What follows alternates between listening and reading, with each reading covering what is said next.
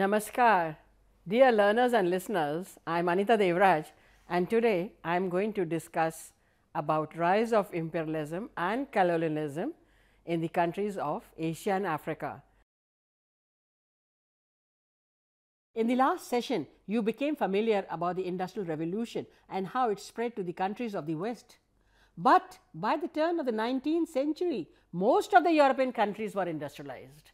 These countries needed constant supply of raw materials and a ready market for selling the finished goods. So, they began to extend control over areas which were not industrialized.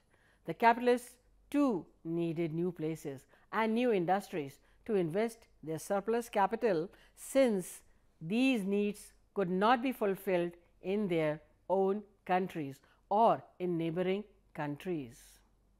This practice of extending control or rule over the political and economic life of another country is known as imperialism. This may be done through military or other means. Now, colonialism meant to acquire colonies and making them dependent by conquest or other means. It was a need for raw materials, markets and places for investment of capital, which prompted the imperial nations to conquer lands outside their own country. The main feature of imperialism was economic domination of colonies by an imperial nation through military conquest, political rule or by any other method. The wealth and resources were drained out from the colonies to the imperial countries. The interest of the colonies was subjected to the interest of the imperial country. The country which conquers another land is known as the imperial country, while the conquered land is known as a colony. By the end of the 19th century, almost all countries of Asia and Africa were under the control of one or the other European nation. Now, why do you think these industrialized countries chose Asia and Africa to extend their domination? This was because these countries were rich in resources, but were politically and militarily weak and industrially backward. Unfortunately, they were too far and distant. Without good means of communication, no countries would be able to make profit from them. The growth of imperialism coincided with the growth of transport and communication. Good roads, steamships, railways and canals were being built by industrialized nations in their own countries and also in the colonies. Easy transportation of goods to and from the colonies made things easier for these countries. Troops could also be sent easily to these colonies. With the development of telegraph and telephone, messages could be sent easily. Almost every country now came within the easy reach of imperial countries. Extreme nationalism became a major force in the extension of imperialism. For pride, for prestige and glory, some countries like Italy and Germany conquered lands belonging to others. By this time, the Europeans, who had developed a feeling of racial superiority, considered the people of Asia and Africa as backward. According to them, it was the white man's burden to civilize the backward people. So, it was their duty to conquer these countries, spread Christianity and bring enlightenment to them. This feeling provided a moral justification for the conquests of these lands. This was not difficult, as adventurers and explorers played a significant role in inciting a desire among Europeans for conquering lands. They brought back valuable information about the lands they discovered and described the wealth and resources they saw in these remote lands. Do you remember reading the names of many explorers such as Christopher Columbus, Vasco da Gama and Ferdinand Magellan? Do you know that once upon a time, Africa was known as the Dark Continent? Very little information was available about this continent. The missionaries and the explorers were the first to venture into the interiors. There they discovered an immense treasure of ivory, gold, diamond, timber, and people who could be made slaves.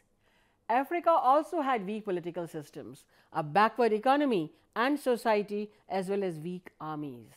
A competition started amongst the European nations to gain power and prestige, as well as raw materials and markets for their manufactured goods. The Europeans, on the other hand, had technologically advanced weapons which helped in their conquests. Till 1875, European possessions in Africa were limited to some forts and trading posts along the coast and a few small colonies. But between 1880 and 1910, the whole of Africa was divided up amongst the Europeans. All important decisions related to Africa and its people were taken on the conference tables of London, Paris, Lisbon, and other European capitals for the next 50 years. France acquired a huge empire in North and West Africa. Algeria, Tunisia, Morocco, Ivory Coast, Dahomey, Mali, and other areas in West Africa came under the French rule. Britain ruled Zambia, Sierra Leone, Gold Coast, Nigeria, South Africa, Rhodesia, Uganda, Kenya, Egypt, Sudan, Eritrea, parts of Somaliland, and Libya. Germany ruled over Southwest Africa, Tanzania, Togoland, Cameroon, until Germany was defeated in World War I. By the time the war started in 1914, only two independent countries were left in Africa, Liberia and Ethiopia. But Ethiopia was taken over by Italy in 1935. An interesting feature about imperialism was the slave trade in Africa. The Europeans started importing slaves from Africa to work on the plantations in their colonies in America. There was a regular slave market in Lisbon, the capital of Portugal. Between 1500 and 1800, nearly 15 million Africans were captured and sold as slaves. Now, let us do some activities also. Supposing a person is discriminated and looked down upon based on his color, caste, or race or region, we find many incidents of verbal and physical abuse both in India and abroad regarding the same. Now, do you think we are acting sensitively and maturely when we take part in such acts? How would the other person feel? Suggest some measures that you can take to stop this in future. Now, let us see about imperialism in Asia. As in Africa, so in Asia, the Europeans started colonizing here also. The British and the French did not like the prosperous trade carried on by Portugal and Holland, whom they ultimately threw out from India. Soon, the English and the French companies made settlements here.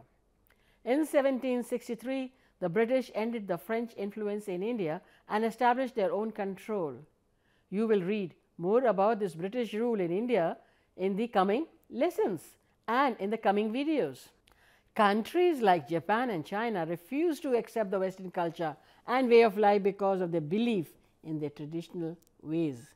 The Boxer Rebellion and the Opium War gave the power to the industrialized countries to get involved in China. Gradually, they accepted industrialization and Western influence.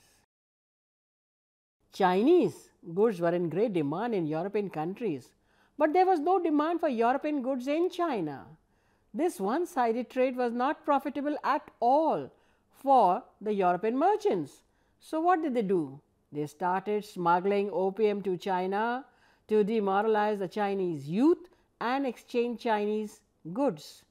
This led to the First Opium War between China and Britain, in which China was easily defeated and Britain gained many concessions for herself. She succeeded in getting all 5 ports of China open for British traders. The Chinese government could not impose any tariff on foreign goods. They could not carry out any trial against British subjects. In Chinese courts, the islands of Hong Kong were handed over to Britain.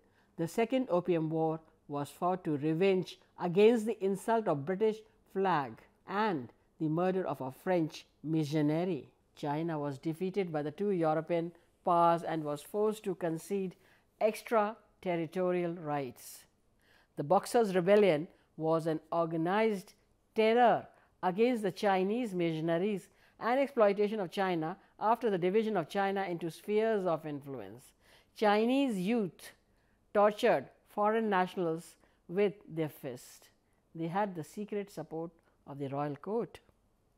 Now let us look at Japan. The Meiji Restoration began in 1868 with an era of enlightened rule which transformed Japan from a closed feudal society to the first industrial nation. She had little natural resources of her own and needed both overseas markets and resources of raw materials.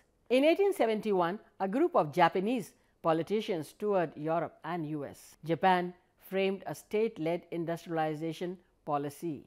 In 1877, the Bank of Japan was founded. Many steel and textile factories were set up. Education was popularized and Japanese students were sent to study in the West. By the year 1905, under the slogan of "Enrich the country, strengthen the military," Japan rose as a formidable industrial and military nation. She was successful in conquering Formosa, southern Sakhalin, Korea, Manchuria, Indonesia, Burma, Malaya and the Philippines. Now, let us see what was imperialism doing in South and Southeast Africa. Now, let us see imperialism in South and Southeast Asia. South and Southeast Asia includes Nepal, Burma, Sri Lanka, Malaya, Indonesia, Indochina, Thailand, Indo-Philippines. Even before the rise of the new imperialism, many of these countries were already dominated by the Europeans. Sri Lanka was occupied by the Portuguese, then by the Dutch and later by the British. England introduced tea and rubber plantations which came to form 7/8 of Sri Lanka's exports. Other countries of Southeast Asia also suffered under imperialism. French troops attacked Vietnam, claiming that they were protecting the Christians of Indochina. Gradually, Vietnam, Laos and Cambodia were added to the French colonial empire. The British added Burma and the port of Singapore to gain control over the Malayan states. Thailand or Siam remained an independent state even though it was sandwiched between the French conquest in Indochina and the British in Burma. Now, let us see what was the impact of imperialism. Some of the positive effects of imperialism on the colonies were the introduction of transportation and communication like railway lines, canals, telegraphs and telephones. It also led to the growth of political consciousness and the feeling of nationalism in the colonies. It also led to development in modern education and science after they gained their independence. Imperialism had a disastrous effect on the colonies. The indigenous industries were ruined and the natural resources ruthlessly exploited. China was divided into spheres of influence and thrown open to international trade. The whole of Africa, except for Liberia and Ethiopia, was divided amongst the European nations. A large number of Africans were sold as slaves. In South Africa, the white European community ill-treated the black on the basis of their dark skin. This is called racial discrimination or apartheid, which was the worst impact of imperialism on the countries of Africa. The negative impact of imperialism outweighs its positive one as it drained both the Asian and African countries of their wealth, raw materials, their industrial goods, thereby destroying the economy of these colonies. Their policy of racial discrimination made the people lose their self-respect as well as their confidence. You will of course be reading more about this in the coming lessons on India. In India, the Europeans came as traders but became rulers. They destroyed a prosperous country. India, which was an exporter of textile, became a buyer of finished goods and exporter of raw materials. Besides, heavy taxation led to poverty of the masses. The 20th century saw more specific discoveries and inventions than any other period in human history. Starting with the steam-powered ships, it ended with human visit to space, moon landings, and of course, the network of computers. The world shrunk with instant communication and speedy transport. Unfortunately, the whole world was affected by imperialist rivalries and economic motives. This created a tension among the European countries, United States and Japan, which entangled them into two world wars, about which we will be discussing in another episode. Thank you very much for listening to this particular section.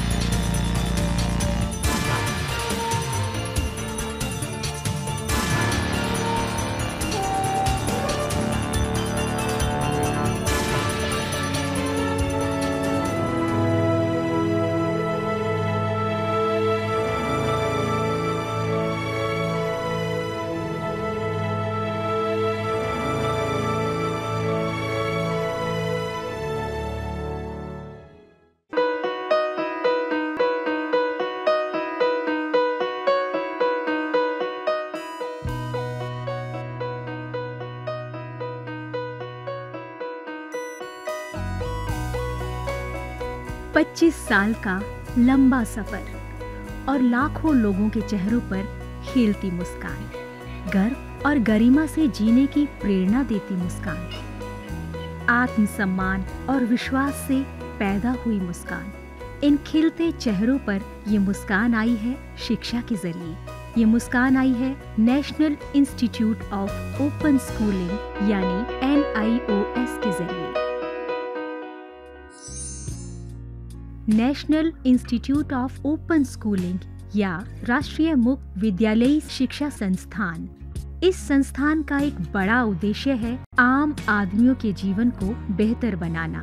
ऐसे लोग जिनके लिए शिक्षा एक दूर का सपना है, या वे बच्चे जो परिवार की रोजी रोटी कमाने के लिए बीच में ही स्कूल छोड़ने पर मजबूर हो जाते हैं। NIOS ऐसे बच्चों और बड़ों को दोबारा शिक्षा से जुड़ने का मौका मुहैया कराता है ताकि वे एक बेहतर जीवन जी सकें। 1989 में स्थापना के बाद NIOS ने देश के लाखों बच्चों और वयस्कों को बेहतर शिक्षा से जोड़ा है।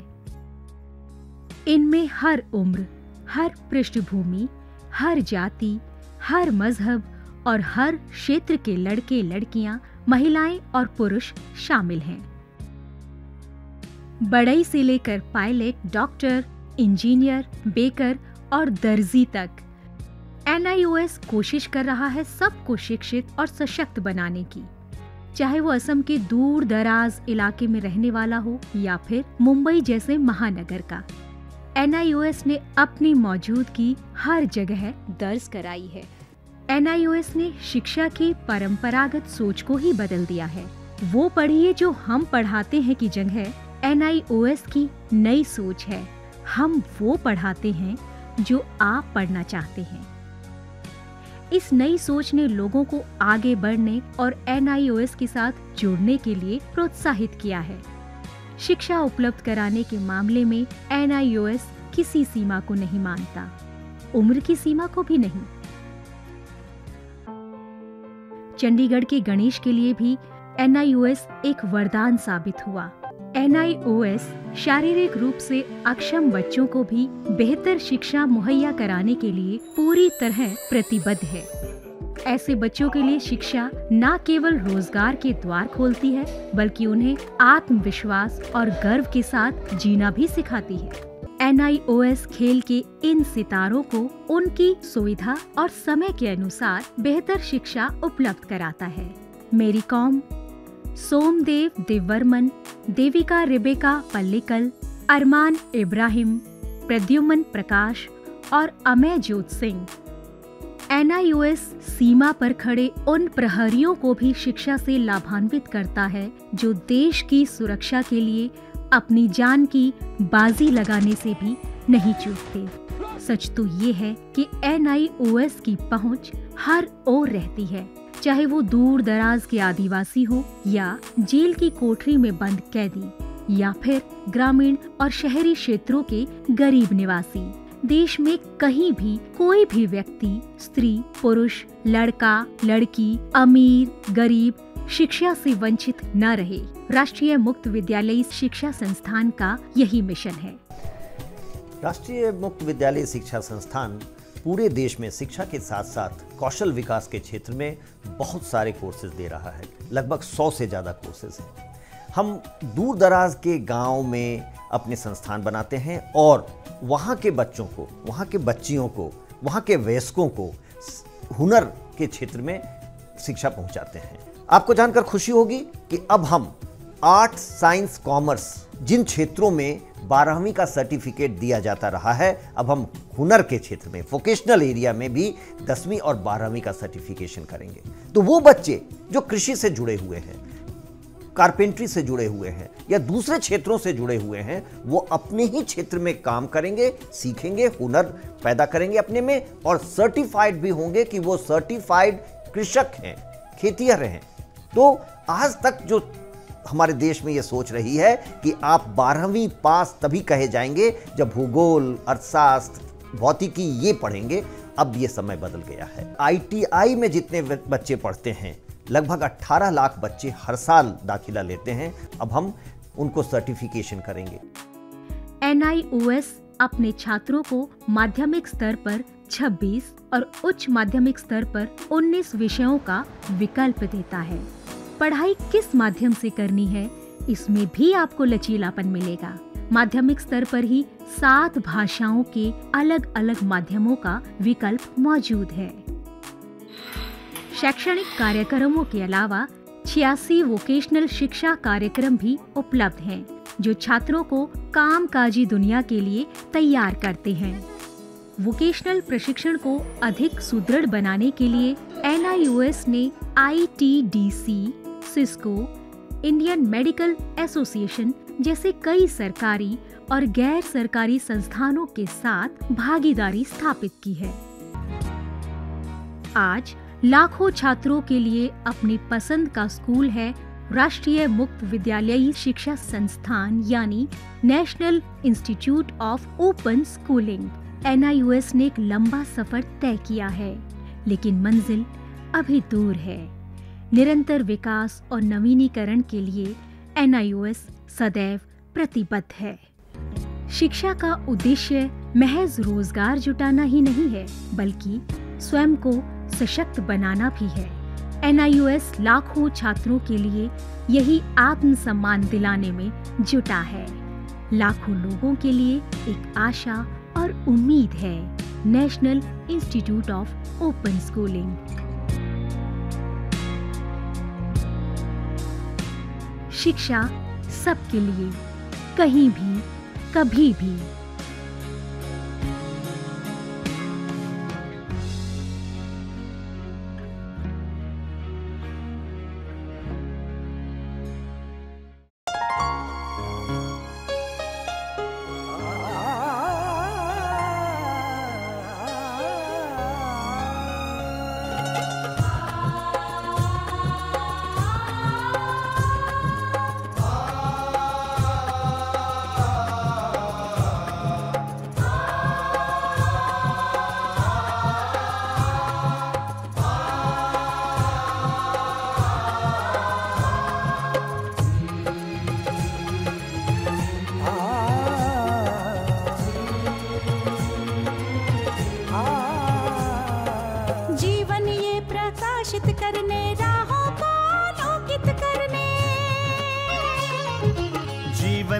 प्रकाशित करने, राहों को आलोकित करने, हम अपना दीपक स्वयं बने, हम अपना रास्ता स्वयं चुने। अपना जीवन स्वयं बने हम, अपना रास्ता स्वयं चुने। जीवन ये प्रकाशित करने, राहों को आलोकित करने।